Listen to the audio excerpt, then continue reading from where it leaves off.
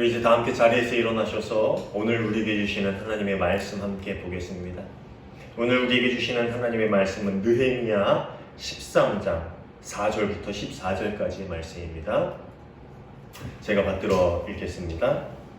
이전에 우리 하나님의 전에 방을 맡은 제사장 엘리야십이 도비야와 연락이 있었으므로 도비야를 위하여 한 큰 방을 만들었으니 그 방은 원래 소재물과 유향과 그릇과 또 레위 사람들과 노래하는 자들과 문지기들에게 11조로 주는 곡물과 새 포도주와 기름과 또 제사장들에게 주는 거제물을 주는 곳이라. 그때에는 내가 예루살렘에 있지 아니하였느니라. 바벨론 왕 아닥사스다 32년에 내가 왕에게 나아갔다가 며칠 후에 왕에게 말미를 청하고 예루살렘에 이르러서야 엘리야십이 도비야를 위하여 하나님의 전뜰의 방을 만든 악한 일을 안지라. 내가 심히 근심하여 도비야의 세간을 그 방 밖으로 다 내어 던지고 명령하여 그 방을 정결하게 하고 하나님의 전의 그릇과 소재물과 유향을 다시 그리로 들여 놓았느니라. 내가 또 알아본즉 레위 사람들이 받을 몫을 주지 아니하였으므로 그 직무를 행하는 레위 사람들과 노래하는 자들이 각각 자기 밭으로 도망하였기로 내가 모든 민장들을 꾸짖어 이르기를 하나님의 전이 어찌하여 버림바 되었느냐 하고 곧 레위 사람들을 불러 모아 다시 제자리에 세웠더니 이에 온 유다가 곡식과 새 포도주와 기름의 11조를 가져다가 곡간에 드림으로 내가 제사장 슬레미야와 서기관 사독과 레위 사람 부다야를 창고지기로 삼고 matthaniah의 손자 삭굴의 아들 하난을 버금으로 삼았나니 이는 그들이 충직한 자로 인정됨이라. 그 직분은 형제들에게 분배하는 일이었느니라.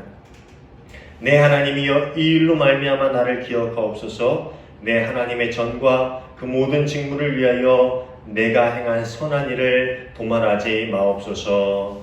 아멘. 이는 하나님의 말씀입니다. 자리에 앉아주시기 바랍니다.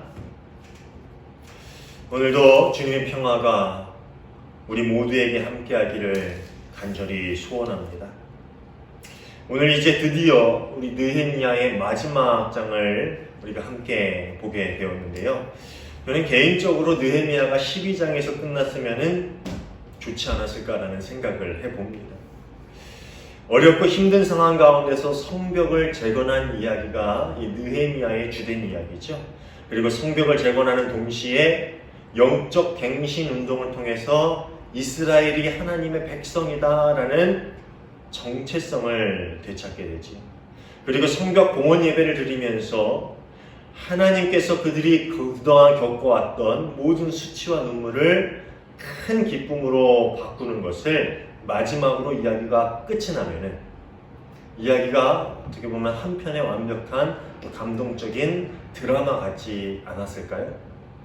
그런데 오늘 13장의 이야기는요, 그 이후에 그들에게 또다시 벌어진 수치스러운 사건들, 그들의 죄악들의 이야기를 우리에게 전해주고 있습니다. 우선 13장 1절부터 3절까지는요, 우리 지난주에 함께 보았던 성전 봉헌식과 이어지는 이야기입니다. 성전 봉헌식이 있은 후에 12장 44절부터 47절까지 보면은요, 성전 봉헌식이 있는 그날에 이 느헤미야가 백성들이 드리는 11조 및 각종 예물을 보관할 곡간, 그 곡간을 관리할 사람을 세우는 이야기가 나옵니다.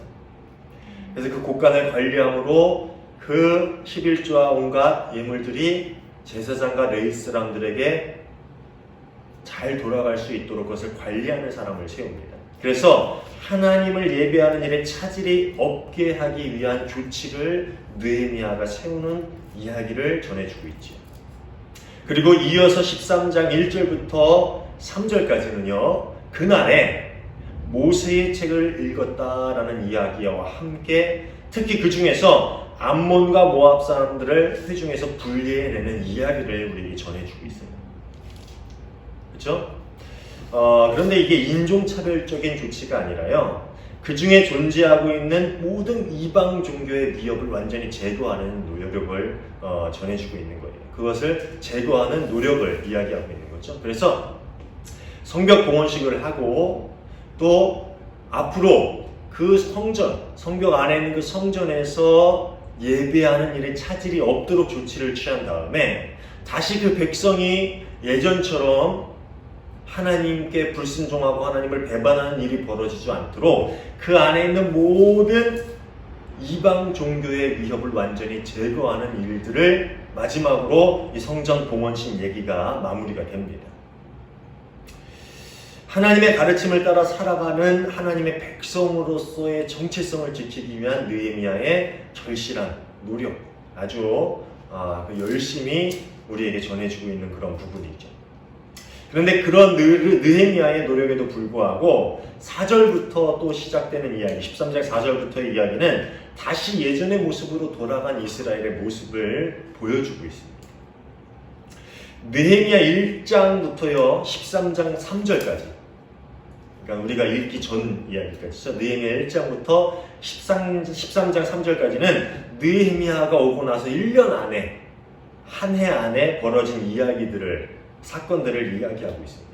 그러니까 1장부터 13장 3절까지는 느헤미야가 예루살렘에 와서 성벽을 봉헌하고 또 성벽 봉헌 예배를 드리는 모든 그 일까지를 한 해 안에, 1년 안에 있었던 그 이야기들을 전해주고 있어요. 그런데 13장 4절부터 마지막 사건까지, 마지막 부분까지는요, 그 후로 11년 이후에, 적어도 11년 이후, 아니 그 이후의 일들을 이야기해주고 있습니다. 그러니까 13장 3절부터 4절까지는 최소 11년, 12년, 아니 그보다 더 오랜 시간의 공백이 있다라는 것이죠. 예루살렘에 온 지 12년 만인 아닥사스다 왕 32년에 느헤미야가 다시 페르시아의 수도로 돌아갑니다. 왜 돌아갔는지, 무엇 때문에 돌아갔는지는 이야기해 주지 않지만 예루살렘에 오고 성벽을 재건하고 모든 개혁운동을 하고 이제 온전히 예루살렘의 또 이스라엘의 정체성을 회복시키는데 힘썼던 느헤미야가 12년 만에 이제 다시 페르시아의 수도로 돌아갑니다. 얼마나 머물러 있었는지는 알 수가 없어요. 아마도 꽤 오랜 시간을 머물러 있었던 것 같습니다. 6절은 며칠 후에 왕에게 말미를 청하고 돌아왔다라고 기록을 하고 있지만 이 히브리어 요음이라는 단어는요, 여기서 이제 며칠이라 해서 야밈이라고 쓰였는데요. 이 원래 요미라는 단어는 날로도 이렇게 번역할 수가 있지만 또 해, 년 이걸로도 번역이 될 수가 있습니다. 그래서 며칠 후에 왔는지 몇 년 후에 왔는지는 알 수 없어요. 이 기간이 얼마나 되는지는 정확히 알지 못하지만 다만 다녀온 후에 백성들이 타락하고 이방 결혼을 통해서 자녀들까지 낳은 것을 보면은요, 아마도 이 최소 몇 년 동안은 이 페르시아에 머물지 않았을까라는 생각을 해볼 수가 있습니다. 여튼 느헤미야가 어떤 일 때문에 예루살렘을 비운 그 몇 해의 공백 기간 동안에 예루살렘에서는 정말 기가 막힌 일들이 벌어지게 됩니다. 느헤미야가 예루살렘에 12년간 머물면서 고생하면서 이뤄놓았던 예배를 비롯한 하나님의 백성으로 살아가기 위한 모든 영적 질서가 완전히 무너지게 됩니다. 그래서 예루살렘의 성전 안에서, 그리고 백성들의 삶 안에서 정말 예전과 똑같은 죄악들, 아니 예전보다 더 악한 일들이 그들 사이에서 벌어지고 있는 것을 이 느헤미야가 돌아와서 목격을 하게 됩니다. 제일 먼저 본문은 하나님의 성전 안에서 벌어지고 있는 말도 안 되는 일들을 이야기해 주고 있습니다. 그것은 바로 당시의 대제사장이었던 엘리야십이 암몬 사람이자 성벽 재건을 그렇게 회방하고 느헤미야를 대적했던 도비야를 위해서 성전에 큰 방 하나를 마련해 주었다라는 것입니다. 이 도비야는 정말 끊임없이 나오죠. 이 도비야를 위해서 성전에 방을 마련해 줬다. 근데 게다가 이 방이 어떤 방이냐면은 백성들의 예물이, 백성들이 성전에 드린 그 예물들이 쌓여있던 그 예물들을 모아놓기 위해서 마련된 큰 방이었다라는 것입니다. 이방 종교를 가지고 하나님의 백성을 모욕했던 사람이 성전에 잠시 들어가는 것조차 하나님이 허용했어요? 안 했어요? 안 했죠. 그래서 이전에 그 이야기를 하고 있는 거예요. 모든 이방 종교를 배제해서 암몬 사람, 모압 사람을 그 회중 가운데서 제외했다. 그런데 성전에 잠시 들어오는 것도 허용이 안 되는데 아예 그가 머물 수 있는 방, 그가 뭐 집무를 하든 거기서 뭐 잠을 자든 뭔지 모르겠지만 어쨌든 그가 머물 수 있는 방을 성전 한켠에 마련해 준다라는 것은 정말 상상조차 할 수 없는 일이었습니다. 그런데 이 모든 일이 엘리야십과 이 도비아가 밀접한 관계가 있었기 때문이다라고 성경은 이야기해 주는데요. 개역개정 성경은 엘리야십과 도비아가 연락이 있었으므로라고 기록을 하고 있습니다. 근데 히브리어 의미를 보면은 둘이 혼인을 통해서 친족 관계를 갖고 있었다라는 것을 암시하고 있습니다. 이 도비아가 예전에도 보면은 이미 유대인들과 몇몇 유대인들과 사돈 관계를 맺고 있었잖아요. 근데 엘리야십 역시 그런 관계를 나중에 도비아와 맺었던 것으로 보입니다. 그런데 여기서 곰곰이 생각해 봐야 할 것은요. 왜 굳이 도비아가 성전 한켠에 방을 마련했을까? 왜 굳이 성전 한켠에 방을 마련했을까? 뭐 여러 가지 뭐 해석이 있더라고요. 어떤 주석가는 아마도 성전에서 행해지는 뭐 성전 동전 교환이라든지 성전에 제사를 드리는 그런 뭐 재물을 판매하는 일이든지 뭐 이런 일에 이득을 취하기 위해서 들어가지 않겠느냐라는 뭐 해석도 있지만 어쨌든 간에 중요한 것은요, 이 도비아가 이전에도 성전 재건을 꾸준히 회방했는데 이스라엘 공동체가 회복되는 것이 두렵고 또 그것을 싫어했기 때문에 그렇게 했는데 이 느헤미야라는 지도자 때문에 그것을 막을 수 있는 방법이 없었죠. 이스라엘 공동체가 하나가 되고 그들이 다시 뭉치고 하나님을 예배하는 그 공동체가 되는 것을 막을 방법이 없었어요. 느헤미야라는 지도자가 딱 버티고 있었기 때문에. 그런데 느헤미야가 자리를 비운 사이 또 다른 방법으로 그들을 분열시키고 무너뜨리려고 했던 거예요. 그리고 그의 계획대로 성전 예배는 엉망이 되고 맙니다. 참 안타까운 일이죠. 이 베드로전서 5장 8절을 보면은요, 이런 말씀이 나옵니다. 정신 차리고 깨어 있으십시오. 여러분의 원수 악마가 우는 사자같이 삼킬 자를 찾아 두루 다닙니다. 이 사단은 한 영혼을 뺏기 위해서 정말로 열심히 돌아다닌다고 합니다. 한 번 실패했다고 포기하는 것이 아니라 몇 번이고 그 영혼이 넘어올 때까지 한순간도 쉬지 않고 영적인 공격을 하는 놈이 사단이거든요. 도비아도 그런 사람이에요. 그는 이스라엘의 신앙을 흔들고 하나님의 백성을 무너뜨리기 위해서 끈질기게 공격을 하고 또 끈질기게 악한 일들을 그 백성에게 행합니다. 그런데 문제는 신앙을 빼앗으려고 하는 이들은 열심을 내죠. 한순간도 쉬지 않고 머리를 쓰고 열심을 내는데 정작 신앙을 지켜야 하는 이들이 태만하다. 자신의 신앙을 지키기 위해서 끊임없이 하나님을 바라보고 말씀을 묵상하고 기도하며 악한 공격들을 이겨내야 되는데 정작 빼앗으려고 하는 사단보다 게으릅니다. 너무 쉽게 영적 싸움을 포기합니다. 이 엘리야십이 그런 사람이었습니다. 엘리야십은 어떤 사람입니까? 자신의 신앙을 지키는 것은 물론이고 백성들이 신앙을 지키고 하나님을 온전히 예배할 수 있도록 돕는 자리에 있던 사람이었습니다. 그렇죠? 대제사장이었습니다. 느헤미야가 이스라엘을 무너뜨리려 했던 그 모든 산발락과 도비아와 그 외 모든 악한 공격을 부단히 막아내었던 것처럼 그 또한 이스라엘을 영적으로 타락시키려 하는 모든 악한 시도와 부지런히 싸워야만 하는 자리에 있던 사람입니다. 그런데 오히려 자신이 악한 이들과 부정한 관계를 맺습니다. 그리고 그로 인해서 하나님의 성전을 욕되게 만들었습니다. 결국 이 엘리야십의 모든 죄악은 성전의 모든 기반을 완전히 흔들리게 만들어버리고 맙니다. 아까 얘기했듯이 엘리야십이 내주었던 방이 어떤 방입니까? 백성들이 하나님의 성전에 드리는 11조 및 각종 곡식을 보관하는 장소였어요. 그리고 그곳에 보관되는 곡식들은 성전에서 일하는 레위인들, 즉 제사를 돕고 찬양을 하고 문을 지키는 이들이 생활할 수 있도록 그것을 나눠주는 그러한 예물들이었습니다. 그런데 이 장소를 도비아에게 주었으니 당연히 더 이상 성전을 돌보는 이들에게 보수가 지급될 수 없었겠지. 그 각종 예물들을 다 어떻게 했는지 엘리야십의 물질적인 부패 또한 문제입니다. 그런데 더 큰 문제는 뭐냐면은 엘리야십이 더 이상 하나님을 예배하는 일에 관심을 갖지 않았다는 것입니다. 백성들이 11조를 드리지 않고 또 11조의 예물을 받아서 생활을 하며 하나님께 전심으로 찬양하고 예배를 도왔던 이들이 성전을 떠나고, 그래도 뭐예요? 성전 예배가 엉망이 되잖아요. 그런데 엘리야십은 그것에 관심을 두지 않았어요.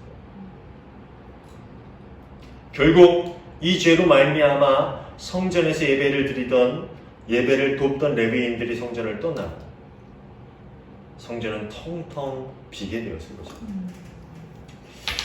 사실 이 레위인들이 보수를 받기 위해서 성전에서 일한 것은 아니지만 그들 또한 처자식이 있는 사람들이었기 때문에 결국 경제적인 문제 때문에 어떻게 합니까? 농사를 짓기 위해서 성전을 떠났다라고 성경은 이야기해 줍니다. 결국 악한 이들과의 부적절한 관계로 인해서 비롯된 엘리야십의 죄, 그리고 이를 방관하기만 했던 지도자들의 잘못은요, 그동안 느헤미야가 애쓰며 회복해 놓았던 예배 공동체로서의 구심점을 완전히 와해시켜버립니다. 자신이 아닥사스다 왕에게 다녀오는 동안에 벌어진 이 일들을 보는 느헤미야는 정말 기가 막혔을 거예요. 성전을 재건하고 성벽을 세우기 위해서 백성들이 얼마나 오랜 시간 땀과 눈물을 흘리며 그렇게 노력을 했습니다. 수많은 하나님의 백성들이 무엇 때문에 그 힘든 일들을 견뎌내면서 그 거룩한 사역에 동참을 했는데 자신이 잠시 자리를 비운 사이 다시 예배가 무너지고 공동체가 흔들리니 그것을 보는 느헤미야의 마음이 어떻겠습니까? 예루살렘에 도착해서 이런 기가 막힌 상황을 본 느헤미야의 마음은 어땠을까요? 8절에 나오는 근심하여 라고 번역된 히브리어는요, 불쾌하다 혹은 슬프다라는 뜻을 가지고 있어요. 그러니까 느헤미야의 마음이 와서 그랬다는 거예요. 심히 불쾌했다는 거죠. 거룩한 하나님의 성전이 이방인, 그것도 하나님의 일을 끊임없이 대적한 이의 처소가 성전에 있다라는 것에 아마도 느헤미야는 매우 불쾌하고 역겨운 마음이 들었고 곧바로 그 마음은 분노로 바뀌어서 그 분노를 표현합니다. 8절은 이렇게 이야기하고 있습니다. 나는 몹시 화가 나서 도비아가 쓰는 방의 세간들을 다 바깥으로 내던지고, 세 번역이 이렇게 번역하고 있는데 몹시 분노가 치밀어 오는 거죠. 화가 나서 어떻게 해요? 도비아가 쓰는 방의 물건들을 다 내던져 버렸다는 거예요. 여러분 상상을 해보세요. 들어가자마자 그 방에 들어가서 방의 물건들을 다 내팽개친 거예요. 화가 머리끝까지 치밀어 오는 거죠. 느헤미야는요, 이 악한 일을 잠시도 참지 않습니다. 느헤미야의 성격도 그랬지만 느헤미야에게는 의로운 분노가 있었어요. 하나님의 일에 관련된 것은 참지 않았어요. 자신을 비방하는 일에는 그가 어떻게 했어요? 분노하지 않았죠? 그 이전에도 보면 그냥 참았습니다. 그런데 하나님의 일을 회방하고 악한 일들을 보는 그 마음은 참지 않았어요. 그는 방에 있는 도비아의 물건들을 모두 밖으로 내동댕이 칩니다. 그리고 곧바로 그곳을 다시 정결케 하고 그곳에 하나님의 물건들을 다시 채우기 시작합니다. 8절과 9절을 이어서 보겠습니다.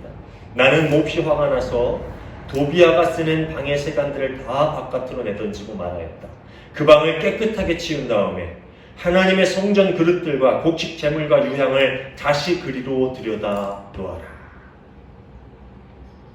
느헤미야는 잘못된 일을 바로잡는 일에 조금도 지체하지 않습니다.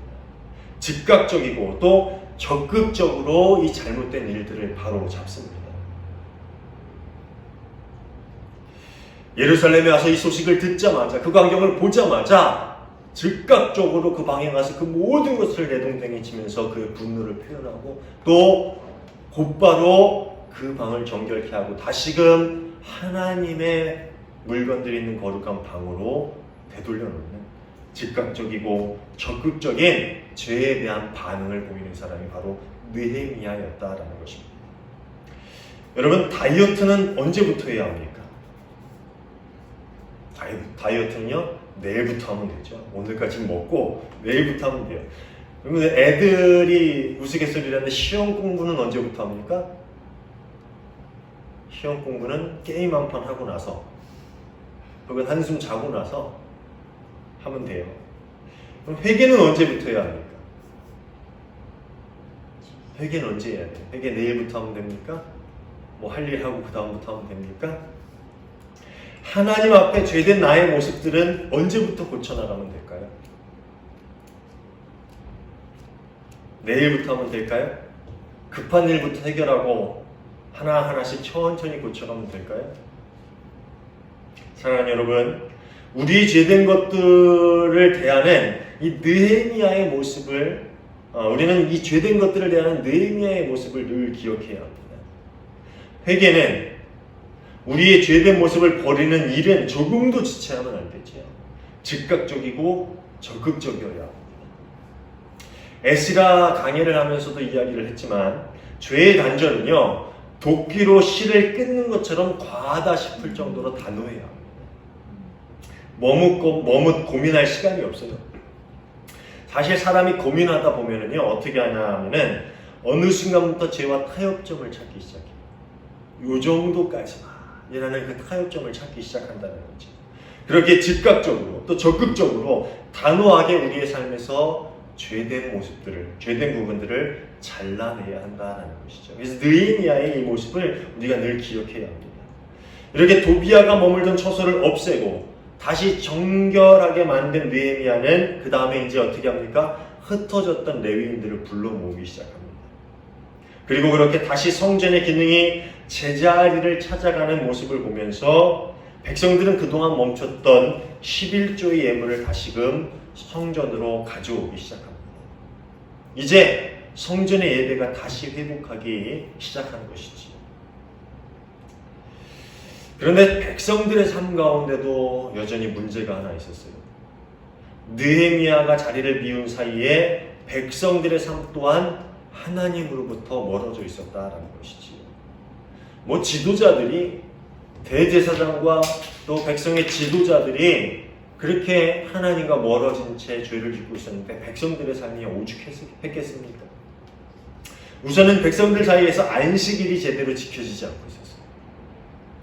느헤미야가 돌아와 보니 이스라엘 백성들이 안식일에 일을 하거나 물건을 매매하는 일들이 그대로 행해지고 있었습니다. 그리고 이방인들이 예루살렘으로 들어와서 안식일에 물건을 파는 것 또한 그대로 허용되고 있었다라고 성경은 이야기하고 있습니다. 16절에 언급되는 두로라는 도시는요, 신약에도 자주 나오죠. 이 지중해에 있는 페니키아의 한 도시입니다. 그리고 페니키아 하면은요, 유명한 해상 무역상들이에요. 아마도 그들은 예루살렘이 다시 활성화되면서 그곳까지 들어와서 예루살렘에게서는 구하기 힘든 물건들을 좀 팔기 시작했던 것 같아요. 그리고 물고기와 같은 식료품들에서부터 각종 진귀한 물건들을 활발하게 거래했던 것 같습니다. 그러니까 이스라엘 백성들은 점점 그들과 거래를 하면서 하나님의 계명인 안식일을 소홀히 여겼던 것 같아요. 그렇죠? 이방인들은 뭐 안식일을 지키지 않잖아요. 근데 그들이 들어와서 물건 파는 것을 허용하다 보니까 안식일에 장이 열린다고 생각해 보세요. 그런데 페니키아 사람들이 마침 안식일에 들어왔는데 그곳에서 구할 수 없는 물건들을 팔다 보니까 에이, 한 번쯤 사면 어때? 물고기도 사고 바다 물고기 같은 것도 사고 또 각종 진귀한 물건들을 사고 하다 보니까 안식일이 조금씩 무너지고 이제 안식일을 소홀히 여기는 것이 그들의 삶이 되었다라는 것이죠. 또 한 가지 문제는요, 이방인과의 결혼 문제입니다. 이 이방인과의 결혼 문제는 에스라 시대에도 심각한 문제로 대두가 되었었죠. 그래서 그들이 회개하고 이방인 아내와 자녀들을 공동체에서 내보내는, 결국 이혼하는 거죠. 이혼하고 자녀들까지 내보내는 그런 가슴 아픈 일들을 경험해야 했습니다. 그런데 느헤미야 시대에 들어서 또 이 문제가 공동체를 흔들어 놔요. 유대의 역사가 요세푸스의 기록에 의하면요, 이 이방인과의 결혼 문제는 페르시아 시대 동안에 뿌리 뽑기 힘든 난제로 이스라엘을 끊임없이 괴롭혔다라고 기록이 되어 있습니다. 심지어 이런 일들은 하나님의 일을 감당하는 대제사장 집안에도 일어났는데 25절이 이렇게 이야기하죠. 대제사장 엘리야십의 손자인 요야다의 아들 가운데 하나가 호론 사람 산발랏의 사위가 되었기에 나는 그 자를 내 앞에서 얼씬도 못하도록 쫓아냈다. 뭐예요? 아까 얘기했던 대제사장 엘리야십의 손자인 요야다의 아들 가운데, 그러니까 대제사장 집안에 아들이 누구의 사위가 돼요? 산발랏의 사위가 돼요. 산발랏이 누구예요? 산발랏, 도비야 하면 딱 떠오르는 게 성벽을 재건을 방해했던 사람이죠. 근데 그 성벽 재건을 방해하는데 주도적인 역할을 했던 사람이 산발랏이고요. 또 그 옆에서 도왔던 사람이 도비야입니다. 백성의 모범이 되어야 하는 대제사장 집안이 이방 사람과 결혼을 했는데, 그것도 상대가 그냥 이방 사람도 아니고 성벽 공사를 주도적으로 방해한 산발랏의 딸과 결혼을 했다라는 거죠. 정말 말도 안 되는 일이 벌어진 거예요.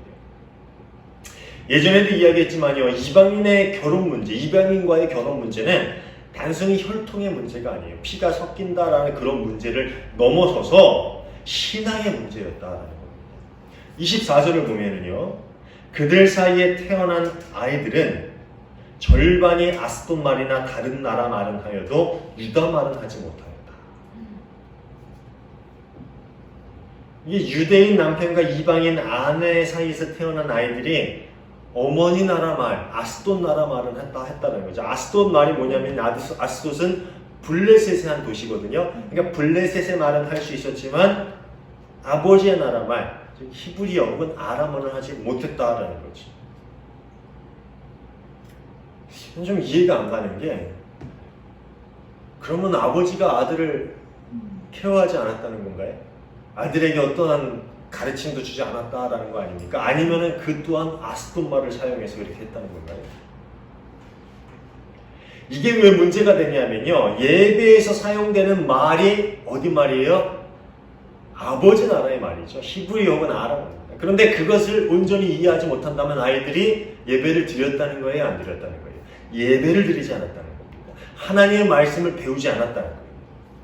그렇다면 그들이 하나님의 백성으로 어떻게 살아가야 하는지를 배울 수 없고 알 수 없고, 결국 시간이 흘러가면서 이런 일이 반복되다 보면은요, 공동체의 근간이, 그 뿌리가 흔들리게 되고 완전히 뿌리 뽑히게 되는 것이죠. 그래서 이방인과의 결혼 문제는 단순히 혈통 문제가 아니라 그들의 신앙의 문제였다라는 거예요. 저는 모태신앙입니다. 어머니가 뱃속에 있을 때, 제가 어머니 뱃속에 있을 때에 저를 어머니가 하나님께 드렸다라고 합니다. 그런데 안타깝게도 제가 자라면서는 신앙교육을 받지 못했어요. 어머니와 헤어져서 따로 자라다 보니까 다 크고 성인이 돼서야, 심지어 신학교 갈 때 내가 모태신앙인 걸 그때 알았습니다. 그 전까지 내가 모태신앙이 아닌 줄 알았어요. 그래서 모태신앙이라고 하기엔 조금은 쑥스러운 모태신앙입니다. 사실 모태신앙이 아니죠. 어려서 교육을 받지 못했기 때문에, 신앙교육을. 그런데 모태신앙이요, 우스갯소리로 이것도 못해, 저것도 못해 해서 모태신앙이다라는 우스갯소리가 있더라고요. 그런데 저는 그렇게 생각하지 않아요. 제 주변에 정말 어려서부터 신앙교육을 잘 받아온 모태신앙을 가진 분들을 보면요, 그들만의 강점이 있는데요. 그게 뭔지 압니까? 어려운 순간에도 하나님의 존재에 대한 믿음은 절대 흔들리지 않더라라는 거예요. 이게 모태신앙만의 강점입니다. 어떤 어려운 일이 닥쳐도 하나님이 계심에 대한 그 신앙만큼은 흔들리지 않는 게 모태신앙이라고. 그러니까 어릴 때 아이들이 함께 예배하고 하나님 말씀을 가르치고 말씀을 따라 사는 법을 훈련시키는 것은요, 정말 힘이 있는 강력한 교육이라는 거죠.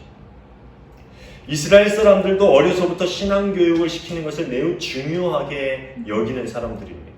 신명기에도 수차례 뭐라고 그럽니까? 자녀들에게 하나님의 말씀을 가르쳐라. 자녀들에게 하나님 말씀을 꾸준히 가르쳐서 그 말씀을 알게 해라 라고 신명기에도 나오잖아요. 그런데 이방인과 결혼하고 이방인의 풍습을 배우고 이방인의 종교를 따라가다 보니까 점점 그들의 삶과 자녀들의 삶에서 뭐가 사라집니까? 하나님이 또 하나님의 가르침이 점점 사라져가고 있었다라는 것이지. 결국 이방인과의 결혼은 그들의 신앙의 문제를 야기시켰다는 것이죠. 이를 본 느헤미야는 분노합니다. 우선 안식일을 범하는 죄에 대해서 백성들을 꾸짖으면서 이런 이야기를 하죠. 18절입니다.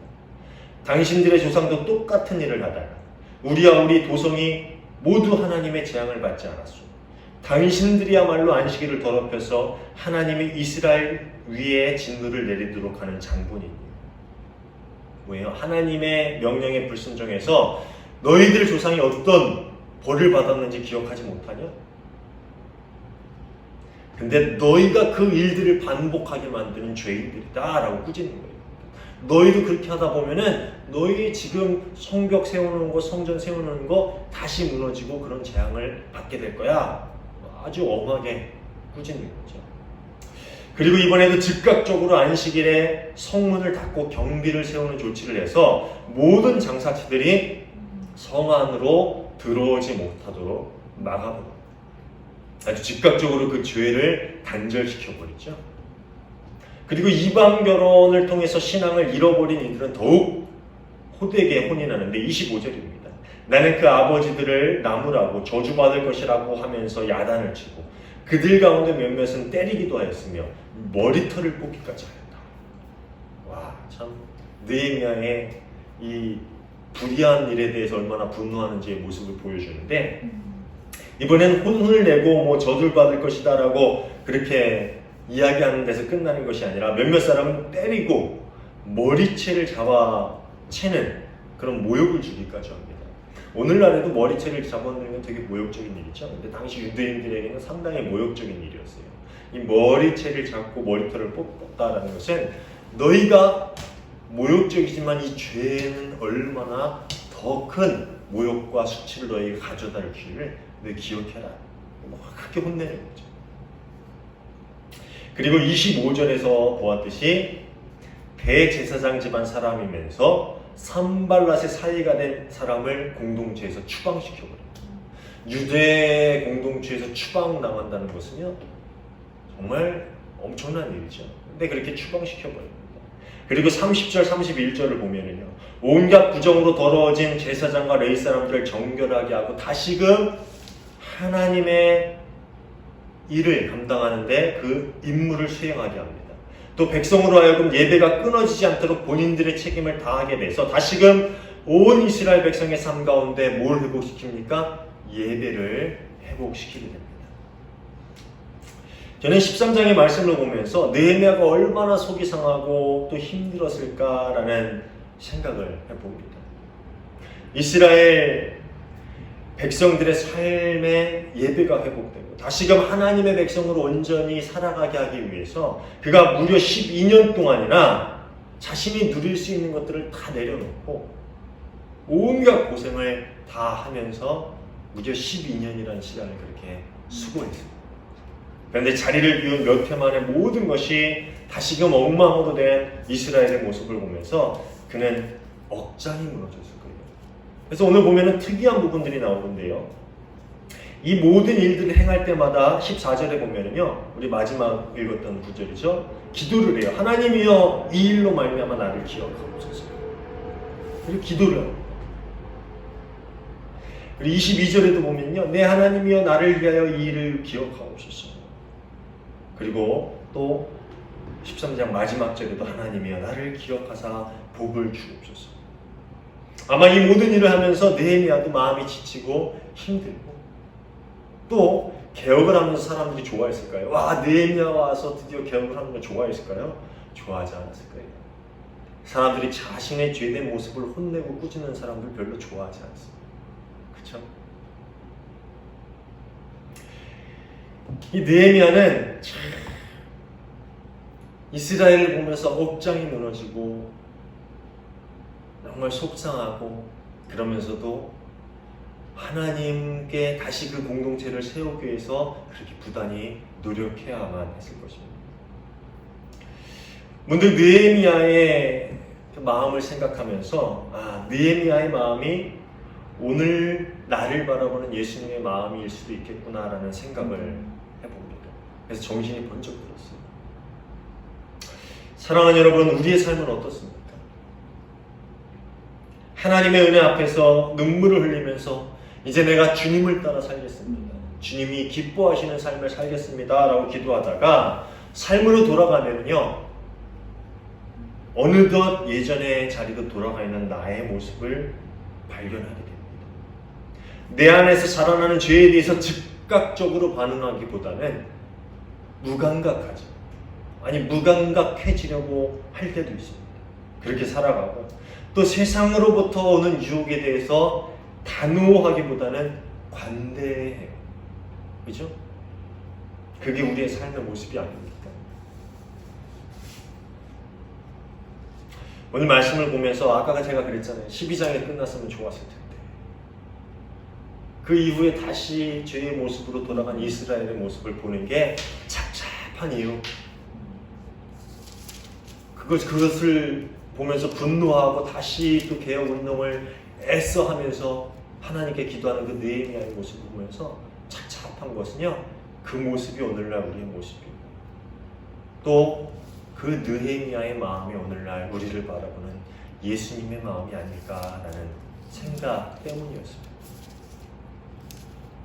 오늘은 특별히 예수님의 오심을 기다리는 강림절이 시작되는 주일입니다. 우리를 구원하기 위해서 세상에 오신 예수님, 그리고 우리 죄를 씻기 위해서 십자가에서 돌아가신 예수님의 사랑을 묵상하면서 우리 삶 가운데 반복되고 있는 죄의 모습들을 즉각적으로 끊어버릴 수 있기를 간절히 소원합니다. 그리고 세상을 살아가면서 겪게 되는 모든 사난의 달콤한 유혹들을 단호하게 거부할 수 있는, 단호하게 쫓아버릴 수 있는 우리 모두가 되기를 간절히 소원합니다.